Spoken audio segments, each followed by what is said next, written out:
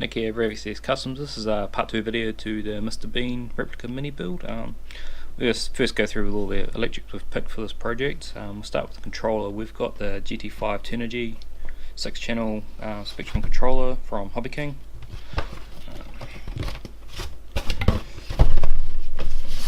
Put it up and have a look.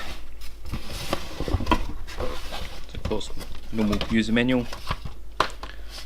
Spare receiver grip, which is handy to have. This controller here, sort of a mid-range controller. It's nothing super high-end, but it's got all the features you're going to ever need. 6-channel, which is more than anyone mostly needs for their radio control cars. There's one feature that I really like about this controller, which a lot of them have the AA batteries, which is normal, but if you actually have a look, you can actually see it's actually got a just connector there, so you can hook up a LiPo, which I think in fact you'll need a live feed to get the right voltage, which is a great feature, because normally I end up having to retrofit the receiver, the wires into it to fit a LiPo, which is great. And of course you got your receiver. For a 6-channel receiver, it's quite a nice compact size.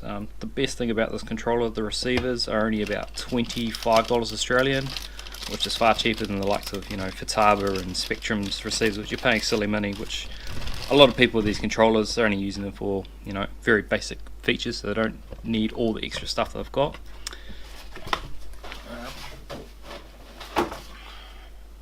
Next up, we've got the motor, which is just a 13.5 turn. Once again, it's Turnigy motor from Hobby King. Great motors for the price. You don't need to spend big money on good quality gear. Hobby King's a good reflection of this. I've been running their stuff for the last sort of 10 years. I've never had any issues. Most issues that people have are normally user error. They've overgeared it or they've overvoltaged it. If you use it to the recommendations, you normally don't have a problem. And then we've got the speed controller here, which is an 80 amp turbo speed controller. Personally, I haven't actually used this model yet. I've been using a black 120 amp, which has got the turbo features, which has been great. I just wanted to try this out because I've heard a lot of good things about it. The biggest thing that people may not like about this is having to solder on your own wires. Yes, it can be tricky.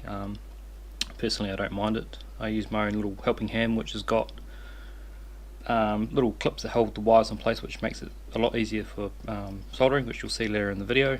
And then you've got your normal wires as per normal. We also picked up the program card for it, which makes it a lot easier to play around with the settings when you're out at the track or wherever. It's pretty much a must-have for any brushless speed controller these days.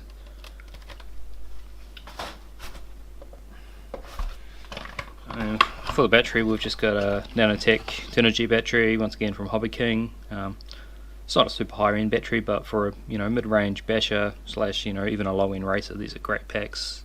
Never had any issues with these packs either at all. And finally, we've got the servo here. Nice little low-profile servo. We've been running them in most of our vehicles because, in terms of speed, and torque and everything, it's very much the same with like an OMG servo, which you're paying, sort of double, sometimes even triple the price for. They're an awesome little servo. I've had no issues with these at all. Link for everything's going to be in the description if you guys want to pick up any of these electrics. I highly recommend any of this stuff. Some people may say otherwise and had bad experiences, but personally in the last 10 years I've not had anything fail on me at all. So let's get into the build.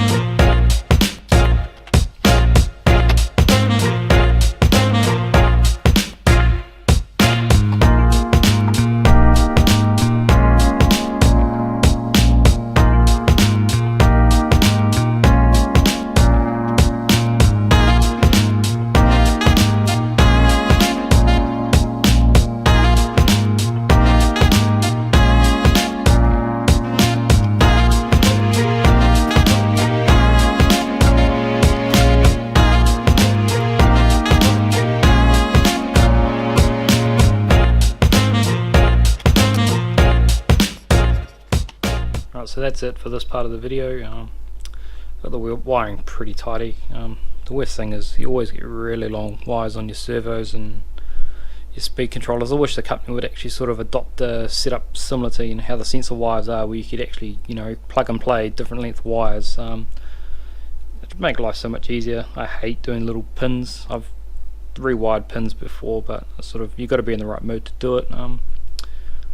As you'll see, the plugs on the battery are actually a 4mm and a 5mm plug. Currently I'm running a mix of both 4 and 5mm plugs on everything because I've got a mix of the Shorty packs.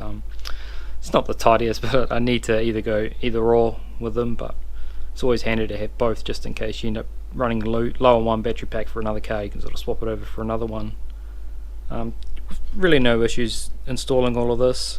As you can see, I've changed all the wires for the speed controller and the battery to all black just because it looks a lot nicer.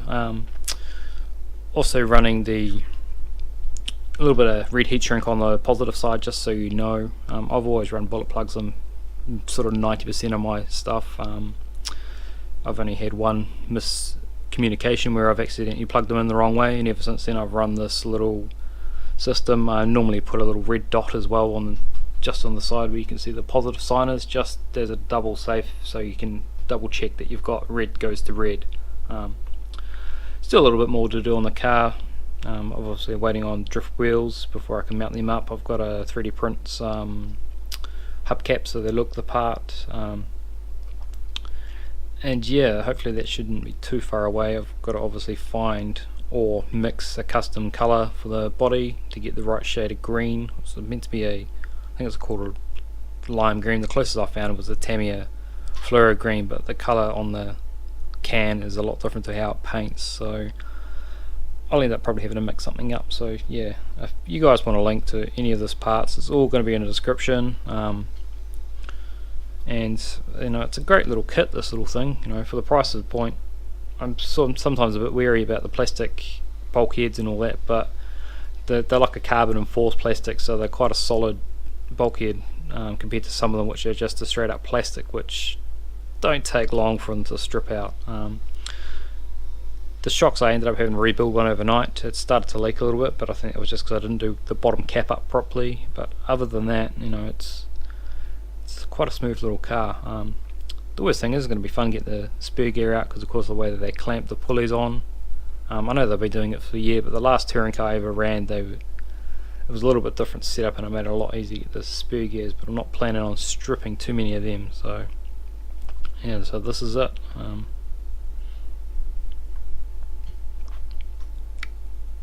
Nice little servo in there, low profile. There's no way in hell you get a full-size servo in there and have any room for electrics. As you can see, everything's very tight in there. I may end up relocating the capacitor to a different spot, because of course it's hard up against the motor now. It's not ideal, but it means I have to lengthen the wires and I have to pick another spot. I'll probably put it in behind the motor or something just to keep it out of the way. So yeah, keep an eye out for the next video. Yeah, hope you enjoyed. Thanks.